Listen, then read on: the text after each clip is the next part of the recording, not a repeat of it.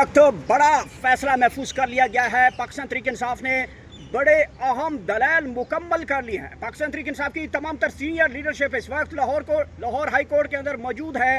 बड़ा जो है वो सवाल उठाया गया है पाकिस्तान तहरीक इंसाफ ने कि सबसे पहले जो CCTV फुटेज है 9 मई के केसेस की वो मंजर आम पे लाई जाए। बड़ा मुकदमा का फैसला महफूज हो चुके हैं। 10 मुकदमात की जमानत की दरख्वास्तों के ऊपर फैसला महफूज कर लिया गया है। पाकिस्तान तहरीक इंसाफ के सीनियर एडवोकेट कानूनदान ज़ियाउल्लाह खान हमारे साथ मौजूद है। जी ज़ियाउल्लाह एडवोकेट, बताइएगा इस वक्त लाहौर हाई कोर्ट में अहम तरीन इमरान खान का जो केसेस हैं 9 मई का वो फैसले महफूज कर लिए गए हैं। क्या एक्सपेक्टेशन है, क्या इन जमानतों के बाद इमरान खान की रिहाई होगी? अगर रिहाई होती है तो क्या तैयारियां की जाएंगी? देखिए, हमें कभी उम्मीद है कि आज इन केसेस में ज़मानतें हो जाएंगी इमरान खान की। वो इसलिए हम यकीन से कह रहे हैं कि कॉन्स्टिट्यूशनल कोर्ट्स में जितने भी इस तरह के सियासी मुकदमात आते हैं, जितने भी इस तरह के बोगस बनाए गए मुकदमात आते हैं, वो हमेशा कॉन्स्टिट्यूशनल कोर्ट्स रद्दी की टोकरी में डाल दिया करती हैं। आज हम आपको, आपके नाजरीन को बेसिक ये चीज़ समझा रहे हैं कि हमारा एक ही मुतालबा था, खान साहब का भी एक ही मुतालबा था। वो ये था कि आप मंगवाएं CCTV फुटेज और दूध का दूध और पानी का पानी हो जाएगा। आपके 9 मई जो जितना भी आप राग अलापते हैं उसका बयानिया जो आपने बनाने की कोशिश की वो आवाम को भी समझ आ जाएगा, लोगों को भी समझ आ जाएगा, अदालतों को भी समझ आ जाएगा। आज तक किसी भी अदालत में फोरेंसिक करा के CCTV फुटेज नहीं दिखाई गई। इसीलिए इमरान खान ने और हमने बारहा कहा है, जिन लोगों ने 9 मई को CCTV फुटेज चुराई उन्होंने ही 9 मई कराया है, वही इस 9 मई के करता धरता है, या इस 9 मई के आप ये समझें कि साजिशी हैं, या इस 9 मई के स्क्रिप्ट के बानी हैं। आप एक चीज़ देखिए, आपके नाजरीन को बेसिकली समझने की ज़रूरत है 9 मई था क्या।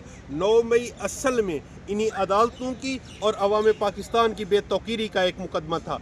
वो इसलिए इस्लामाबाद हाई कोर्ट में आपको याद होगा, जिस तरह इमरान खान साहब को 9 मई के दिन जिस तरह बावर्दी गुंडों ने आके पकड़ा और उनकी तज़हीक की, आपने देखा कि अदालतों का तकद्दुस पामाल हुआ था। आपने देखा कि अदालतों के शीशे तोड़े गए थे। आपने देखा कि अदालतों को बेतौकीर करने की कोशिश की गई, जिसको बाद में सुप्रीम कोर्ट ऑफ पाकिस्तान ने इल्लीगल डिक्लेयर किया था। उन्होंने कहा था ये गैर आईनी गिरफ्तारी थी। इस तरह की गिरफ्तारी की कानून में कोई गुंजाइश नहीं है कि एक शख्स जो मुल्जिम है, जिसको आपने नामजद किया हुआ है, वो अपने आप को अदालत के सामने सरेंडर कर रहा है। जो बंदा सरेंडर कर देता है तो उसके बाद वो कानून की हिफाजत में आ जाता है, यानी अदालती हिफाजत में आ जाता है। जब एक बंदा अदालत को अप्रोच कर रहा है, फिर अदालत उसका फ़ैसला करेगी कि वो गिल्टी है या नहीं है। अदालत उसका फ़ैसला करेगी कि उसको ज़मानत देनी है या नहीं देनी। आज की हद तक जहाँ तक बात कर रहे हैं, आप देखें कि दहशतगर्दी की अदालत से, आप देखें कि लोअर जुडिशरी से जितने भी मुकदमात थे, पहले तो उनके फ़ैसले नहीं होते थे। जब फ़ैसले कर लिए जाते हैं और जहन बना लिया जाता है कि इन केसेस में इनको सज़ा देनी है या इन केसेस में इनकी ज़मानतें मुस्तरद करनी है, उसके बाद हम हाई कोर्ट्स को अप्रोच करते हैं, चाहे वो इस्लामाबाद हाई कोर्ट हो, पेशावर हाई कोर्ट हो, लाहौर हाई कोर्ट हो।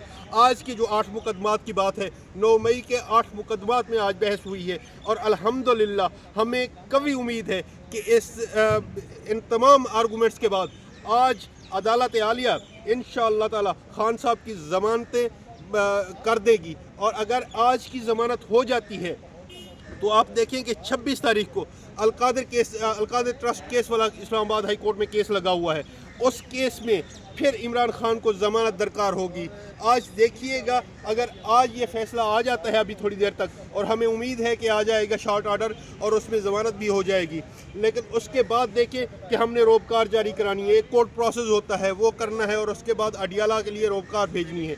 इन मुकदमात में अगर खान साहब को रिहाई मिल जाती है तो फिर सिर्फ एक ही मुकदमा है जो 26 तारीख को ऑलरेडी इस कोर्ट में फिक्स है, इस्लामाबाद हाई कोर्ट में। और इस्लामाबाद हाई कोर्ट में भी हमें 100% यकीन है कि इस तरह के मुकदमे आधे घंटे की भी मार नहीं होते। इस तरह के मुकदमों को सिर्फ और सिर्फ लटकाया जाता है। आपने देखा हाई कोर्ट में जिस तरह प्रोसिक्यूशंस ने दलाइल देने के लिए भी महीनों लगा दिए। आपने देखा जिस तरह उनको डिले करने की कोशिश की गई। आपने देखा कि जिस तरह के हरकत की गई, जिस तरह का डिलेइंग टैक्टिक्स इस्तेमाल किए गए, वो सारे के सारे ला हासिल हुए ना, बेसूद हुए। آج آخر کار ہائی کورٹ نے فیصلہ محفوظ کر لیا.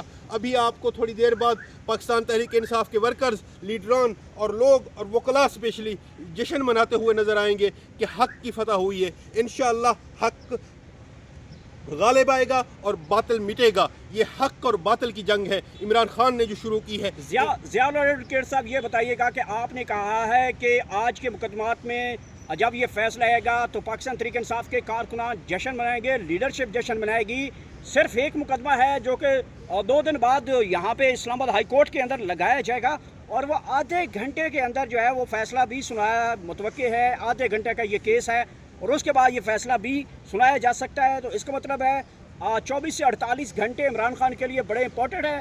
رہائی ممکن ہو سکتی ہے، نظر آ رہی ہے 110% ہو سکتی ہے. آپ نے یہ کوشش کرنی ہے کہ آپ نے اپنے آپ کو ایک سمت متعین کر کے ایک منزل کی طرف لے کے جانا ہے. آپ نے کسی کی باتوں میں آ کے بے راہ روی کا شکار نہیں ہونا. اسلام آباد ہائی کورٹ سے جو ہی یہ مقدمہ ہوگا اس کی آپ دیکھیں کہ سسپینشن آف سینٹنس کی اپلیکیشن سنی جائے گی. آپ کو ایک چیز سمجھنے کی ضرورت ہے، وہ کیا ہے کہ اسلام آباد ہائی کورٹ میں سسپینشن آف سینٹنس کے لیے بھی آپ کو 3 مہینے انتظار کرنا پڑتا ہے اور 6 پیشیاں ہو جاتی ہیں. اس کے باوجود بھی آپ کے کیس کا فیصلہ نہیں ہوتا. آپ دیکھیں کہ کبھی ججز چھٹی پہ چلے جاتے ہیں، کبھی پراسیکیوشن بیمار ہو جایا کرتی ہے، کبھی ججز بیمار ہو جایا کرتے ہیں. آپ دیکھیں کہ ایک شخص کے لیے پوری ریاست قید ہو کے اس کے پاس جیل میں جایا کرتی ہے. آپ دیکھیں کہ جس طرح کے حالات اس شخص کے لیے بنا دیے گئے ہیں، لیکن آج بھی وہ ڈٹا ہوا ہے اور ایک ہی مقصد ہے اس شخص کا کہ پاکستان میں رول آف لا، ایک ہی مقصد ہے آئین کی سپرمیسی آف کانسٹیٹیوشن.